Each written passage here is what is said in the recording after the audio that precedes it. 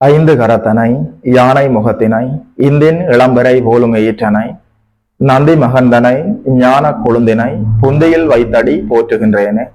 நமக்கு ஜோதிட ஞானத்தையும் கிரியா யோகத்தையும் தந்த குருமார்களுக்கு நன்றி. ஜோதிட சொந்தங்களுக்கு வணக்கம்.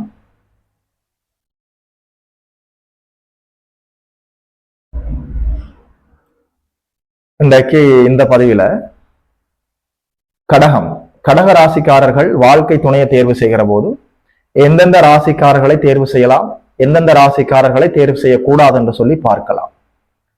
கடகம் என்று சொல்கிற போது புனர்பூசம், பூசம், ஆயில்ய நட்சத்திரங்கள் அங்கே உள்ளடங்கி இருக்கிறது.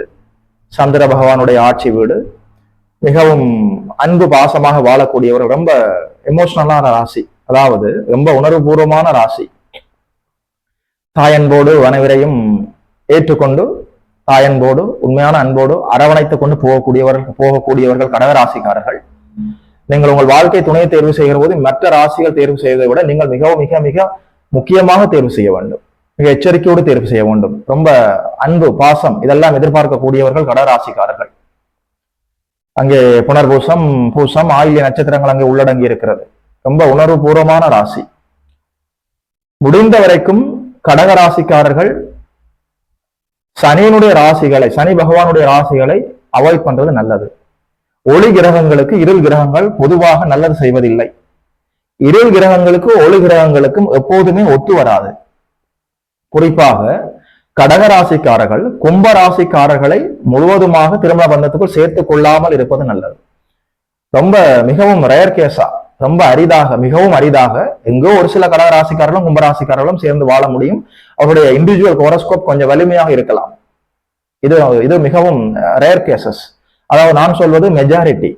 பெரும்பாலான நேரங்கள்ல கடகராசிக்காரர்கள் கும்பராசிக்காரர்களை உங்களுடைய லவ் ரிலேஷன்ஷிப், காதல், உங்கள் வாழ்க்கை துணை, மேரேஜ் மேட்சிங், திருமண பந்தத்துக்குள் சேர்த்துக் கொள்ளாமல் இருப்பது சேஃப். இங்கே நாங்கள் வாழ்க்கை என்று சொல்வது 1000 ஆண்டுகள் இங்கே யாரும் நாங்கள் வாழப் போவதில்லை. வாழ்க்கை என்று சொல்வது ஒரு குறிப்பிட்ட காலம். அதாவது சிறு வயதுல 10வது வகுப்பு தேர்வு எழுதியது இப்போது கூட நினைவுக்குள் ஞாபகத்துக்கும் மிக துல்லியமாக இருக்கிறது. 30-40 ஆண்டுகளை கடந்து விட்டது. நேற்று நடந்தது போல் இருக்கிறது. இவ்வளவுதான். கண்மூடி முழிப்பதற்குள் வாழ்க்கை முடிந்துவிடும். இந்த ஒரு சிறிய வாழ்வை நரகமாக மாற்றிக் கொள்ளக்கூடாது. முடிந்த வரைக்கும் கும்பராசிக்காரர்கள், அதாவது கடகராசிக்காரர்கள் கும்பராசிக்காரர்களை திருமண பந்தத்திற்குள் இணைத்துக் கொள்ளாமல் இருப்பது சேஃப். முதல்ல கடகராசிக்காரர்களுக்கு கும்பராசிக்காரர்கள் திருமண பந்தத்துக்குள் வேண்டாம், அதை பார்த்துக் கொள்ளுங்கள்.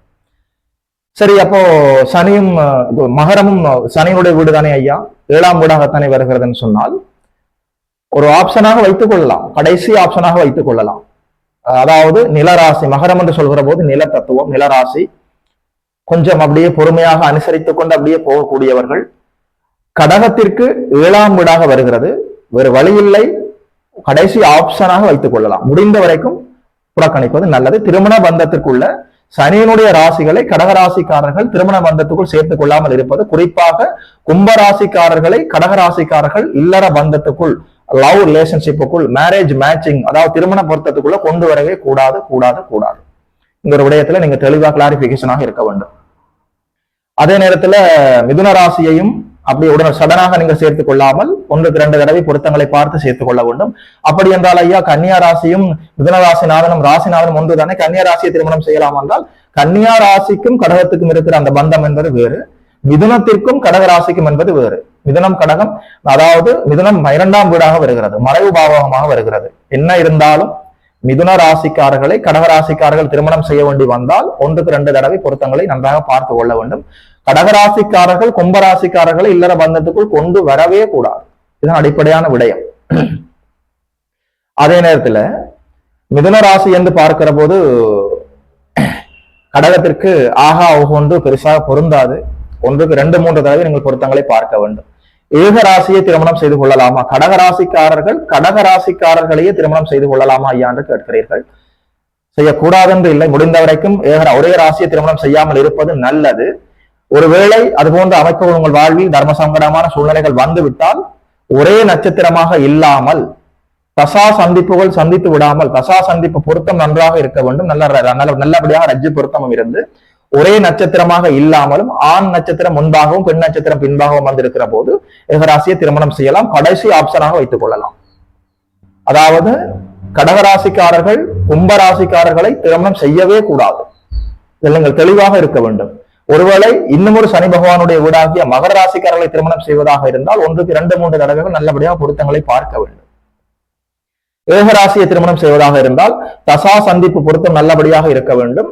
வேறு வேறு நட்சத்திரங்களாக இருக்க வேண்டும். இது போன்ற அடிப்படையான விடயங்களை நீங்கள் பார்த்துக் கொள்ள வேண்டும். என்ன இருந்தாலும் ஒரு மனிதனுடைய ஜாதகத்துல 2, 7, 8ஆம் இடங்கள் நல்லபடியாக இருந்து குடும்பஸ்தானம், கலத்திரஸ்தானம், மாங்கல்ய ஸ்தானம் நல்லபடியாக இருந்து 2, 7, 8ஆம் அதாவது அதிபதிகளும் நல்லபடியாக இருந்து, அதாவது 8ஆம் இடம் ஒரு மனிதனுடைய ஜாதகத்துல நல்லபடியாக இருக்க வேண்டும். 8ஆம் இடத்துல இருக்கிற ஒரு கிரகம் குடும்ப வீட்டை பார்க்கும் 180 டிகிரியில சமசப்தமமாக பார்க்கும்.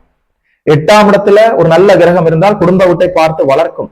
8ஆம் இடத்துல மாங்கல்ய ஸ்தானத்துல ஒரு கூடாத கிரகம் இருந்தால், அசுப கிரகம் இருந்தால் குடும்ப வீட்டை பார்த்து கெடுக்கும்.